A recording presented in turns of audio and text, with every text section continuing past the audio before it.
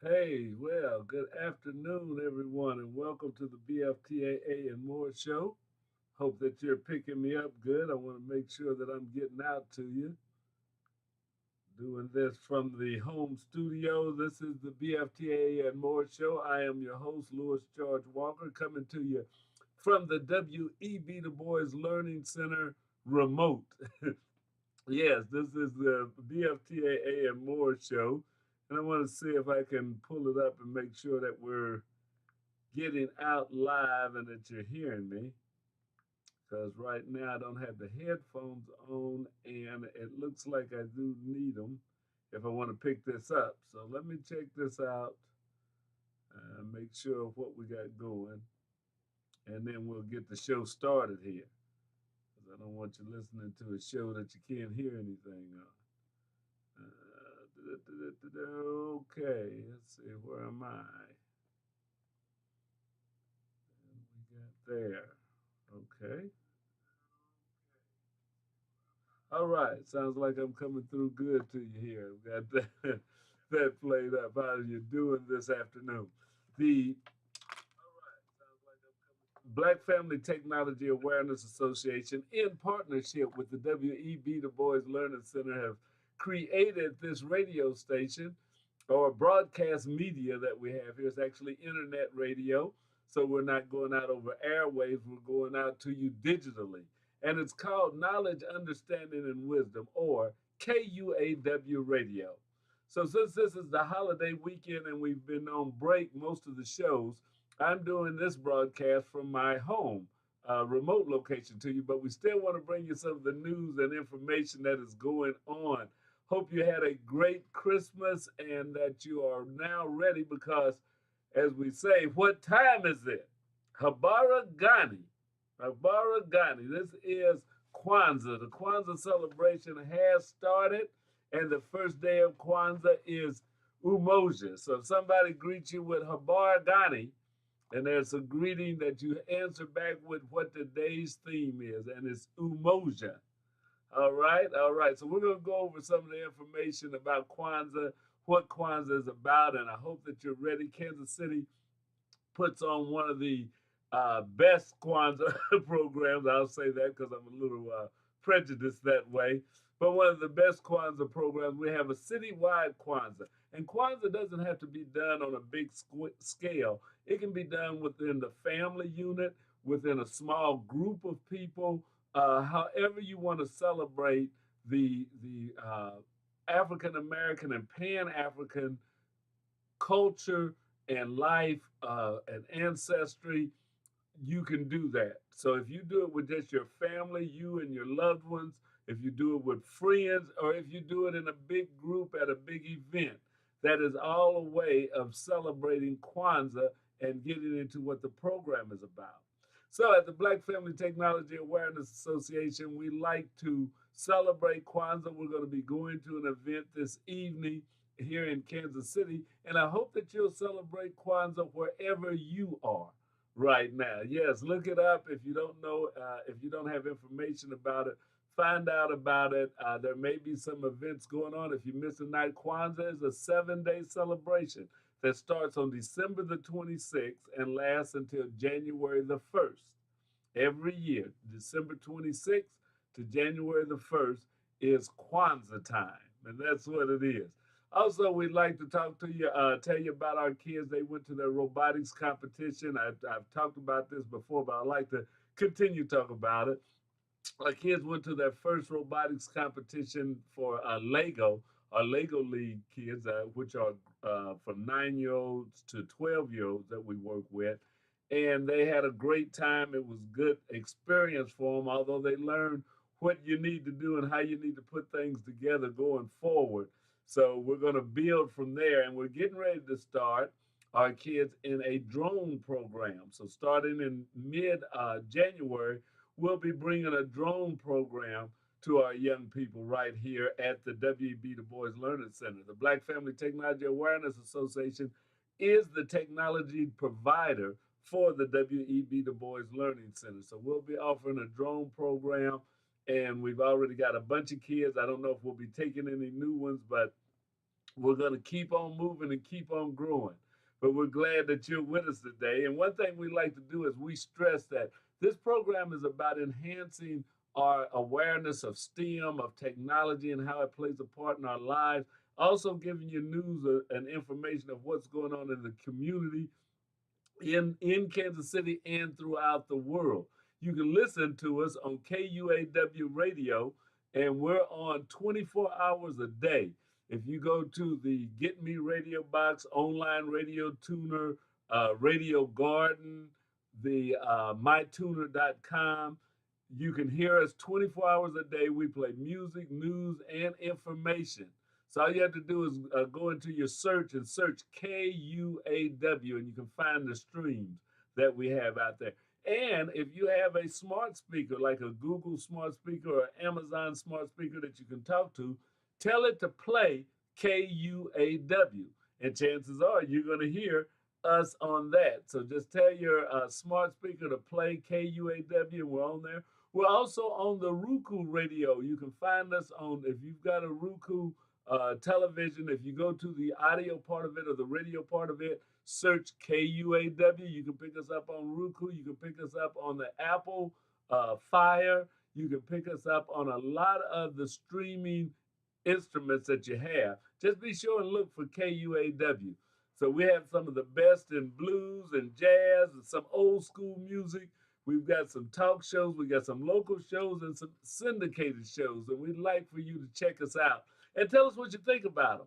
You know, BJ Murphy's on in the midday here. It starts at 12. We do the BJ Murphy show. We got Warren Valentine. He's here every morning from 10 until noon. And then we also have Blues Time in the City with Rosine Bailey every weekend. And we have Cool Jazz. Those are some syndicated shows, Cool Jazz Weekly, that come on to our station. So you can look at our guide and see where you can pick those stations up at any time. Now, I'm coming to you from a home set, so my camera doesn't seem to have me in good color. Also, I've got some green, and I've got a green screen behind me, so some of the decorations on my Kwanzaa sweatshirt are green, which you're not supposed to have on, and it shows through. I'll raise up a little bit. You see that's a decoration, but when you have a green screen, you can't wear green or else you'll see through it. So it looks like I got a hole in my chest. But but I'm okay. Don't worry about it. You know, George is doing just fine here. So we're just glad that you're listening to us and watching us as we get ready to go into this new year. One thing we always do is bring you what's going on at NASA. NASA is the National Aeronautics and Space Administration. It's one of our leading space and technology research and development organizations ran by the United States government that has spurred the way towards space exploration and even deep space exploration with the rocket shots, with the telescopes that are in the sky and all of that. So we bring you a couple of programs from NASA. One is called This Week in NASA, and then we'll do What's Up at NASA.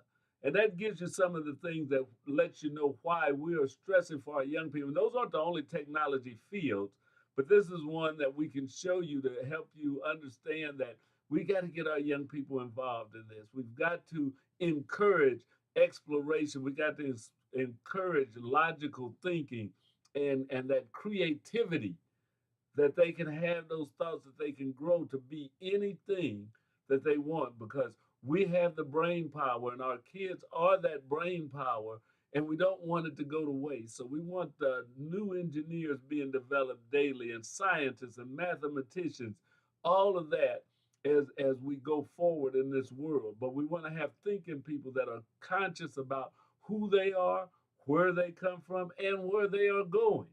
So you'll get a lot of different information when you watch the BFTAA and more show. And BFTAA is the Black Family Technology Awareness Association. And we like to get our families, our community involved in using technology to improve their standard of living. So high-speed internet and having a computer at home was our starting point. We wanted everyone to have a computer and high-speed internet, and we still want you to have a computer and high-speed internet. Even if you've got a telephone and you say you can get online and check things out, it's not like having a computer. If you can get your kids a laptop or a desktop computer, not too many people are buying those anymore, but a decent laptop computer, you can find some for $500-600, less than an Xbox or a PlayStation, and they can just develop so many things from that. So a cell phone is all right, but a cell phone is not the full-fledged computer that you need. And those are some of the things that we want to encourage you to have for your family, for your well-being, for your advancement. So we're going to go to NASA right now and let you see a little bit of what's going on this week at NASA.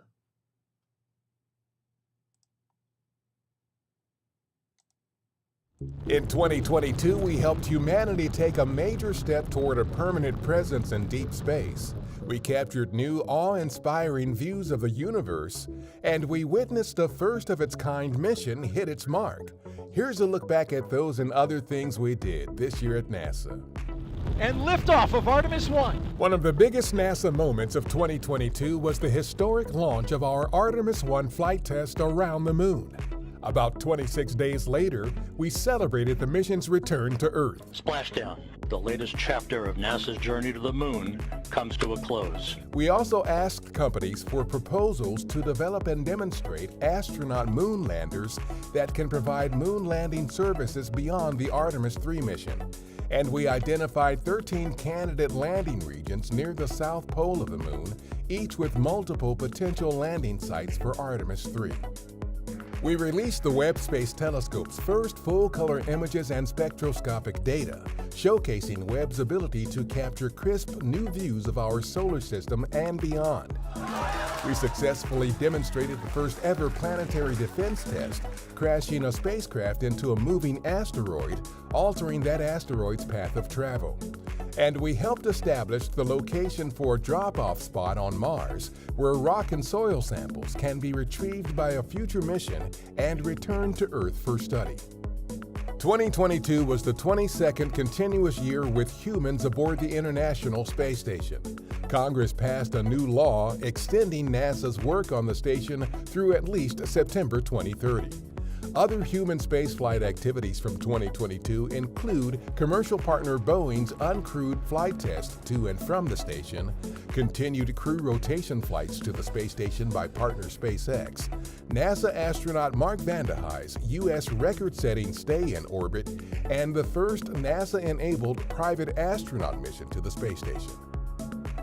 Our space technology activities in 2022 included our capstone spacecraft's arrival at the Moon to test drive the same unique orbit that the Gateway Lunar Outpost will fly. We successfully demonstrated an inflatable heat shield that could help land heavier payloads on worlds with atmospheres, including Mars and Earth. And the agency's first two-way laser relay communications system began demonstrations. It could dramatically expand communications capabilities for future space exploration. Work and missions that focused on Earth this past year include a new space station instrument that studies how atmospheric mineral dust affects the planet's temperature. We also released the first Earth Information Center concept to provide the information, resources, and tools decision makers need to respond to climate change. And we helped celebrate the Landsat program's 50 years of imaging Earth. The program has captured over 10 million images since it began. On the aeronautics research front, our quiet supersonic X-59 aircraft was outfitted with the engine that will power it to speeds up to Mach 1.4. Lithium-ion battery packs installed in our all-electric X-57 Maxwell aircraft successfully powered the plane's motors. And we continued partnerships to develop a system to safely transport people and cargo using revolutionary new aircraft that are only just now becoming possible. NASA's STEM-related activities in 2022 included the Lunabotics Junior Contest, which featured our Artemis missions. We announced the 2 national winners of the competition. An event hosted by the Vice President featured NASA STEM education activities, a special screening of the Disney Pixar film Lightyear, and several NASA astronauts.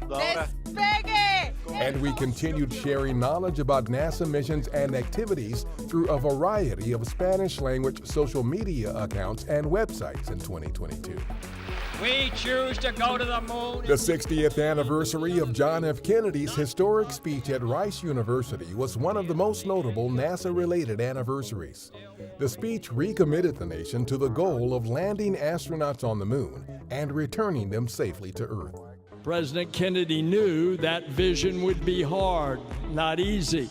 And today, in Space City, the Artemis generation stands ready to return humanity to the moon and then to take us further than ever before to Mars.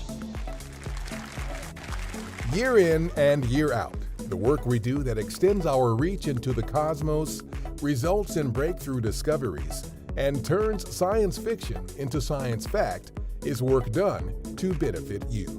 Those are some of the NASA activities from 2022. For more details, visit nasa.gov/2022. Thanks for watching. Please have a safe, healthy, and happy holiday season, and we look forward to sharing more NASA highlights with you in 2023.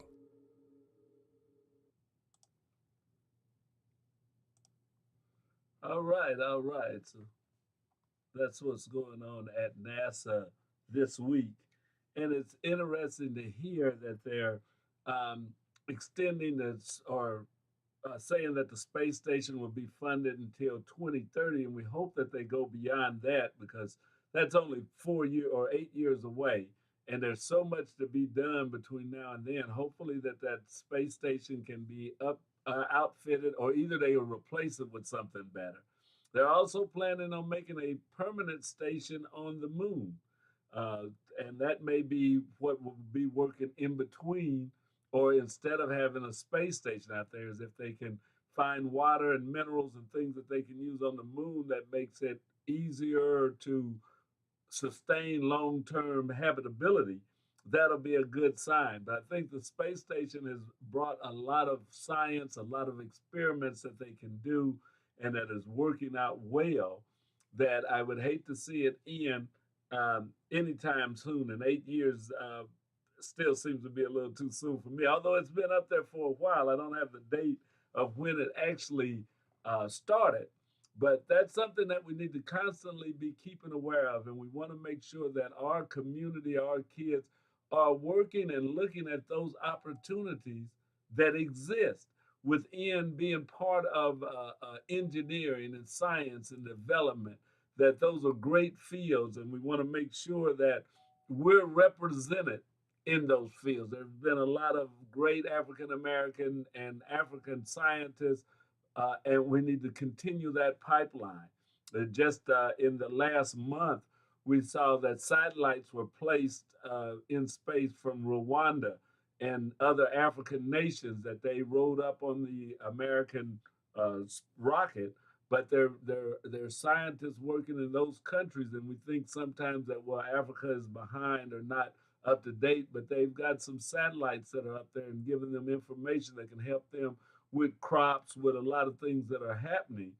So there's good minds working, and for mankind, we need to make sure that we have even more great minds working, because it's a lot of problems out there that need to be solved. And that's what engineers, that's what scientists, technicians do, is to help bring answers to some of the things that, and yeah, they've messed up some too, but but we still need them on the good side to work on it as we go into this new digital age, as we get deeper into it and stuff. How many of you know about the metaverse? I've been hearing about the metaverse and virtual reality. So that's something that is really in its infancy right now, but you need to be studying and being aware of the metaverse and what Web 3.0 is supposed to be about. Because see, when we first started with the internet, we had just the World Wide Web. Really, we started before then when they just had bulletin boards and all of that type of stuff. But it started becoming an everyday used thing for the common person with the World Wide Web. And then they went to Web 2.0, which gave us social media and all that we're doing right now with it. And now they're going into Web 3.0. And that's supposed to be the metaverse, which includes virtual reality, but even more interactivity than you have with social media. So we need to make sure that we're keeping up with that, not just waiting to see what happens or what comes out of it, but being part of the creators and developers of the Web 3.0 and some of the apps, or I don't even know if they'll call them apps, but some of the environments that will be created in that future. And we want to be right there on top of it. So hey, science and technology is not just something that is interesting and educational, and it can be fun, but it's also something that is needed. We've always advanced in technology. I mean, if we never would have advanced, we wouldn't have anything that we have now. The making of the first stone implements to hunt or to chop down trees, all of that was a technological advance. The fact that somebody sharpened a stick one time, sharpened a stone, found out how to melt ore to make iron instruments and tools and weapons and stuff. All of that's been technological advancement. The wheel, levers, pulleys, all of that has been science. So we can't be just say we don't like science or we're against science, because everything that we've got came from somebody making a discovery, moving the bar just a little bit farther. The thing is that we have to use science in a wise way, in a sustainable way and stuff. Sometimes we can get overboard and do things that it's not science's fault, it's not the tool's fault, it's the way we work with it. So, we want to keep advancing, we want to keep technology growing, because that's what we do as humans. We've constantly gotten better. We find it's just like these glasses I'm wearing, that's a technology advancement. There was a time when it didn't have glasses, and if you couldn't see, or if your eyes started getting bad, you were just going to be in bad shape. You couldn't hunt, you couldn't do anything because you couldn't see. But the technology allows us to do even more, allows us to sustain ourselves for a longer period of time. Our lives can be better. So I'm definitely a person that's for technology. Not that it should be used without knowing some of the benefits and some of the pitfalls and dangers that can come from it. But I definitely don't want to say stop advancing. No, we've got to continue to do that. We've got to continue to grow. I believe that God gave us a mind so that we can use it, so that we can be better, so that we can do better and do more. It's just how we use it sometimes that gets in the way. But, God didn't give us a mind, give us the ability to think and to reason, and then not want us to do that. I don't think. But as we move forward in life, let's just keep growing and keep going. Now, there's another bit of space that they call it space to ground. So I'm going to show you that, and then we're going to go into some of the principles of KUAW before we end the day. So let's check out the year-end wrap-up of Space to Ground.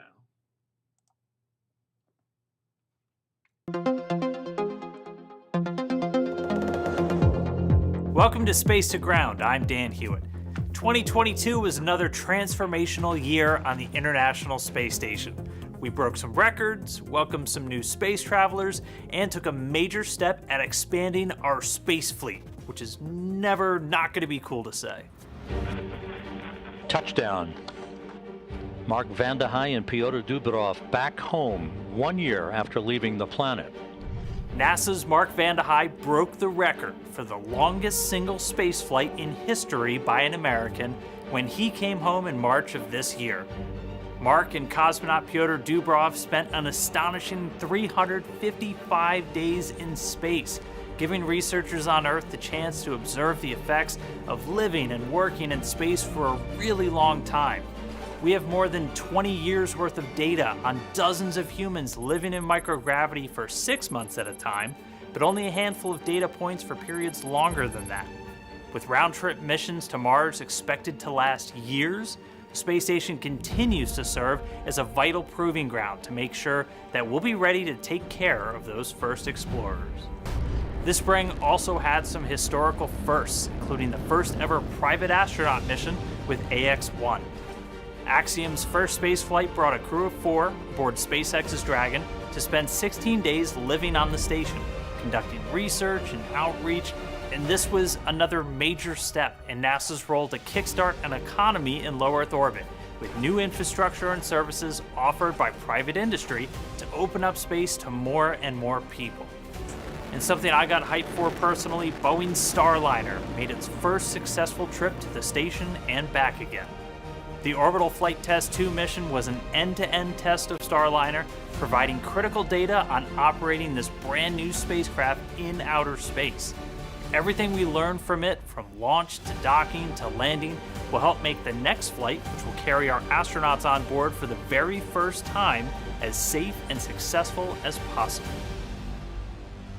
And those highlights happened just in the first half of this year. If you know Space Station, you know the work didn't stop and is actually still going as we look to close out the year. Throughout, we saw 5 crewed launches fly to the space station, split between the SpaceX Dragon and the Russian Soyuz. 10 NASA astronauts, 8 Roscosmos cosmonauts, 2 ESA, 1 JAXA, 4 private astronauts, and a partridge in the pear tree called the station home this year. Our expedition crews are on track to perform 14 spacewalks this year, and a lot of that work was installing upgraded solar arrays to continue generating electricity for the station for years to come, and doing some major reconfiguration on the Russian segment. They also welcomed 5 cargo vehicles from Russia, Northrop Grumman, and SpaceX, with commercial resupply missions enabling more than 100 new U.S. science investigations and technology demonstrations, continuing to improve on our capabilities for the Artemis missions to our moon and directly benefiting life back on Earth. And with Artemis 1 successfully complete, the work we're doing on station to develop the capabilities needed for those future missions to address everything from food and water supply to materials like cement needed for surface infrastructure to refining medical treatments for remote patients continues to make sure we're ready when human boots are leaving trails in lunar regolith once more. Whew, take a breath. You might think everything would start to feel routine after more than 2 decades, but 2023 will be anything but. We'll hit the ground running in January with more spacewalks, continuing to prepare for the final set of new solar arrays and continued outfitting on the Russian segment.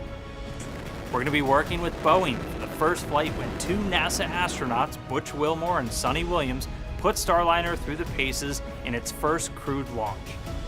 After that, it'll be in line to join SpaceX's Dragon in regular flights of crew to the space station, with Dragon set to do just that in February when we launch Crew 6 and welcome Crew 5 home, and then later down the road when we have the second private astronaut mission, AX-2, taking flight. We'll have plenty of cargo missions, including the first planned flight of Sierra Space's Dream Chaser, the newest entrant in our cargo fleet. And amidst all of that, the usual slate of research benefiting you back on Earth and putting new technologies through the ringer to support our deep space exploration of the Moon and Mars. That will do it for us in 2022. Thanks to everyone around the world that makes the work done on the space station possible. You just closed out another year packed from start to finish. And as always, thanks to you, the viewer, for watching. Keep tuning in as we continue what is shaping up to be one of the most incredible decades in human spaceflight. We'll see you next year.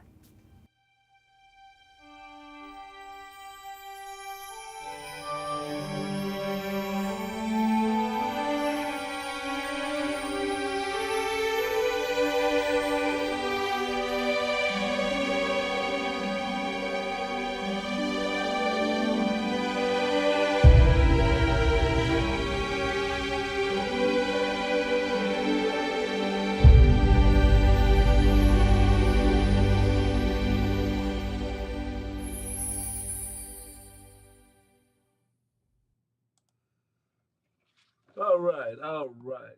That was Space to Ground, and that was a very good way to end that, peace on earth or wherever we may travel, because we're not limited, or we don't want to be limited to just earth, as that we can move farther out and deeper into space. And some people are saying why and all of that, but then I would say why not? If you have the ability to go and to see and to do, it just seems like the natural thing to do to me. But that was Space to Ground.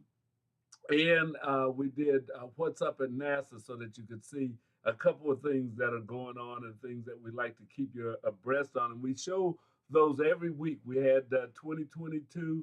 You saw all of those different segments that they showed and more of what's going on. That's on every week right here at the BFTAA and More show. You can pick us up at 5 o'clock Central Standard Time, from 5 to 5:45. We're usually on. Sometimes we run a little longer, sometimes we're a little shorter, but right around that time.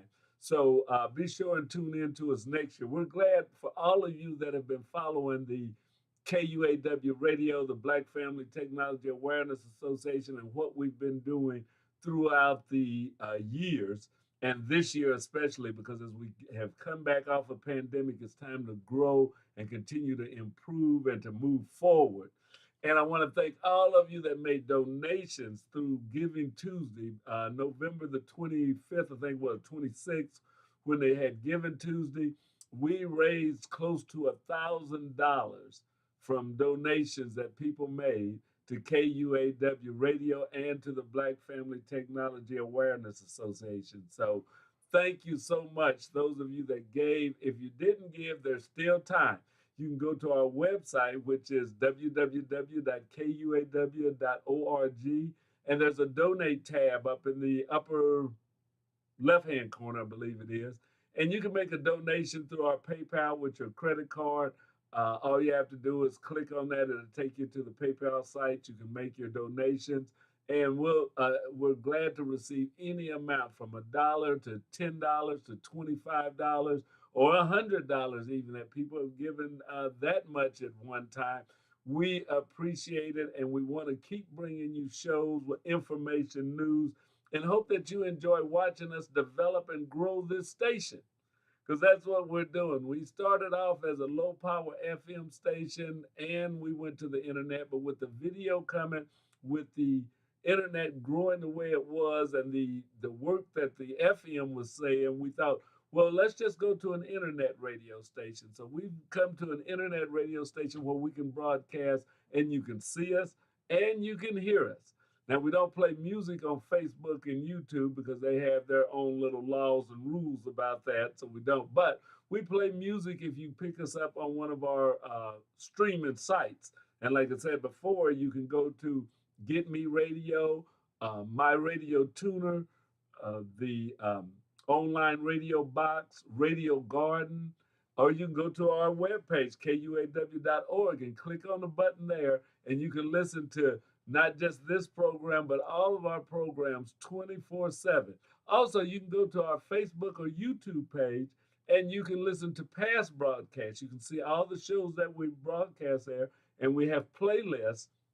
So if you want to see BFTAA and more from the last 5 years, 4 or 5 years, you can go to YouTube, click on playlists, go to KUAW Radio's channel, and then click on the playlist and pick BFTAA and more, and you can see a bunch of shows. There's probably 40, 50 shows in there. Some of our shows have even more than that on there. So all of the shows that you see, You can see them again. You can pick back up on some past information. It's still stored, it's online, and it's ready for you to be checking out. All right, so now let's get into Kwanzaa. Yes, it's Kwanzaa time. Habari gani. Habari gani is the greeting during Kwanzaa period. That's what you say when you see somebody. It's a greeting in Swahili, and you say habari gani, and then they would respond with what the day's principle is, what principle we're following today. And today, the first day of Kwanzaa, it is Umoja, and Umoja stands for unity. So let's get into that and just pick up a little bit of information on Kwanzaa. Kwanzaa was started right here in the United States by a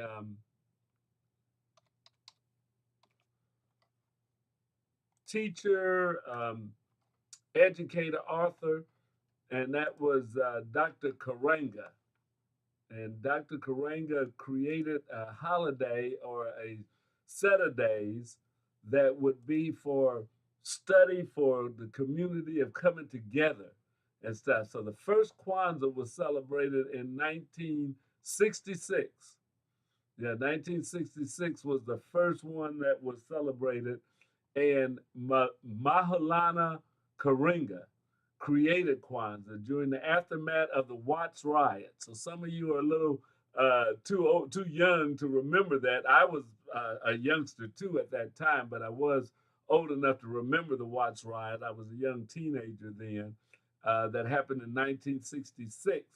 But in the aftermath of the Watts riot, he developed this especially African American holiday.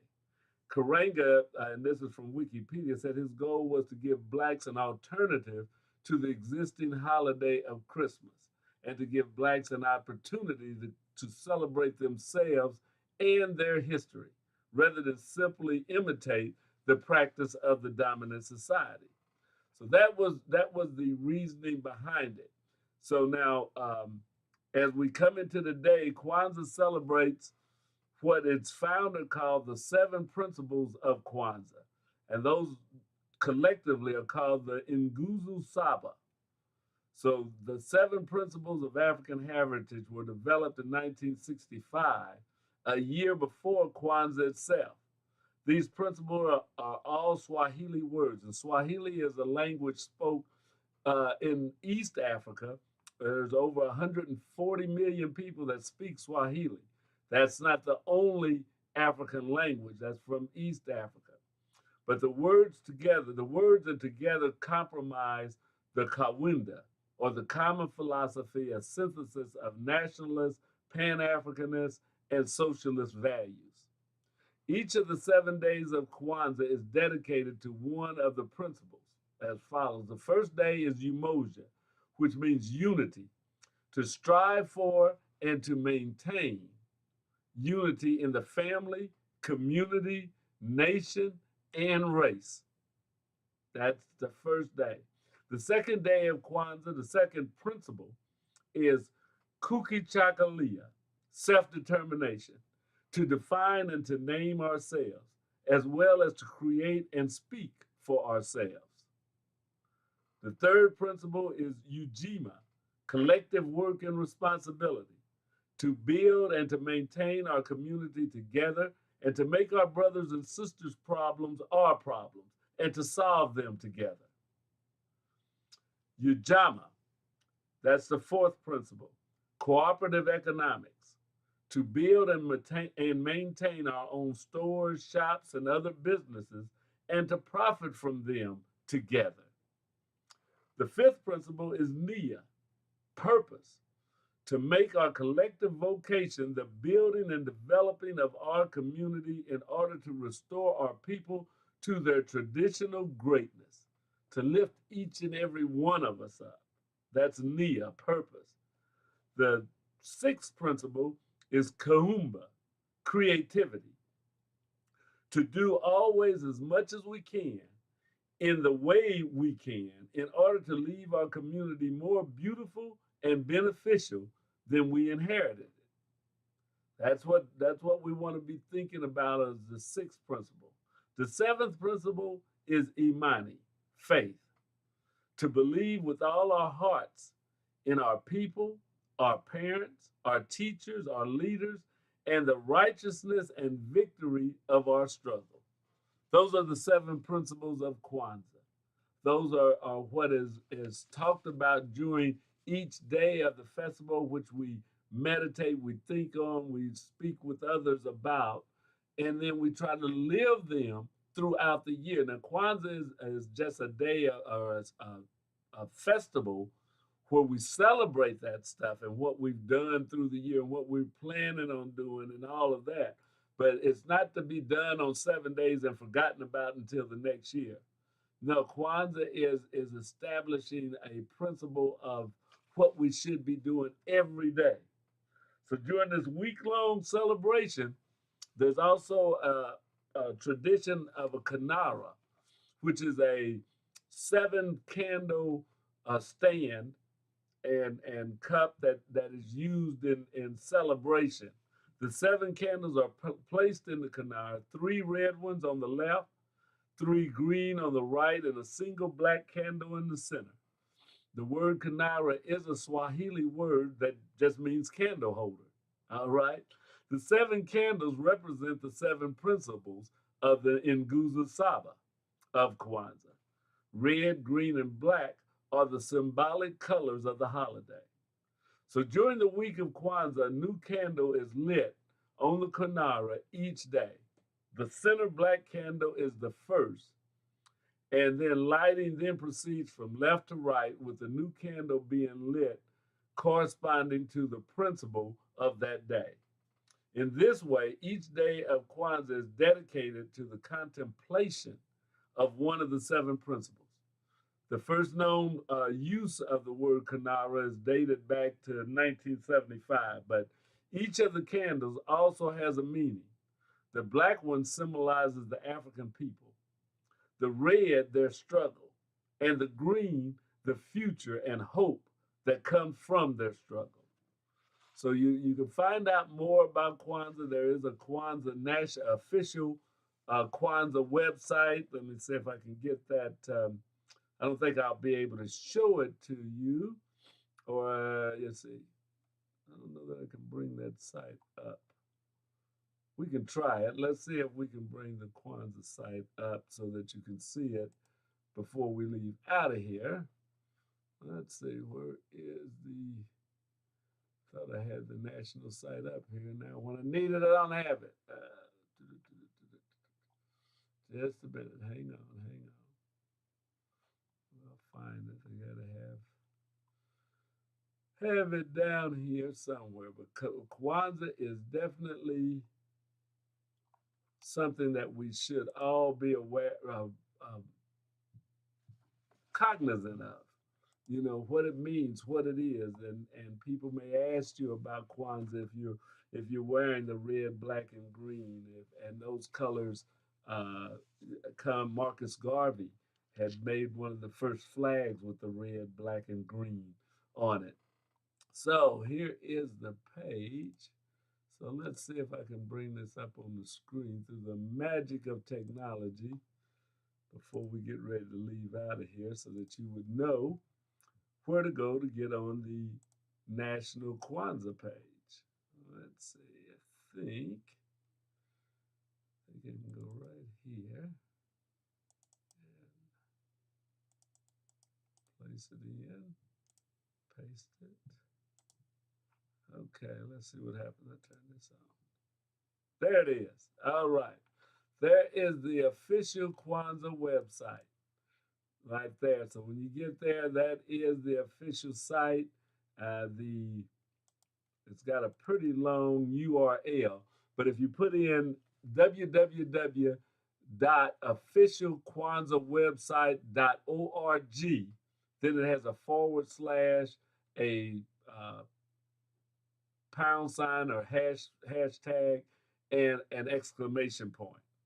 So www.officialkwanzaawebsite.org, that's all one word, / hashtag, and then exclamation point. And you'll get to that. So if you get that page, you are on the official KUAW website. So you can go there for information on the history of KUAW and a message from the founder of KUAW. Can't go into the pages for you, but that's it. So KUAW, a celebration of family, community, and culture. The theme for this year's KUAW is KUAW culture and the practice of freedom, a message and model for our times. So that's the theme for this year's KUAW. And I don't, let's see if I can interact with this. Not there. I try to interact with it and it's not. Oh, wait a minute. Let's see, get here and interact. See if I can slide it up. No, I can't move it. Okay, we can go there. That's the official website. Go into the roots, the branches. So there's a lot of information on the site, roots and branches of KUAW, and in Google Saba, the 7 principles are there listed. So there's a lot of information there. The greetings and all that we do or that you can do with your family, with your friends, as KUAW is here. So it's not about spending a lot of money, but you can buy gifts that people share food. It's like a harvest festival. The last day, usually here in Kansas City, they have a feast. And there's a meal that everybody brings something to and shares, just a regular potluck feast. So if you get involved, it's really nothing that you have to get over. I mean, you can celebrate it as big or as small as you would like to celebrate it. But I just wanted to bring that to you. And this is KUAW. And if anybody asks you, if they say Habar Ghani, today say Umoja. All right. That's it for today. I thank you for listening to the BFTAA and More Show. I am your host, Louis George Walker. Glad that you're here, and we're here every week on Monday from 5 to 5:45. Went a little bit long today, but thank you for joining me. Thank you for listening, and we will see you next week with the BFTAA and More Show as we go into 2023. All right? Okay, we'll see you later. See if we can get out of here.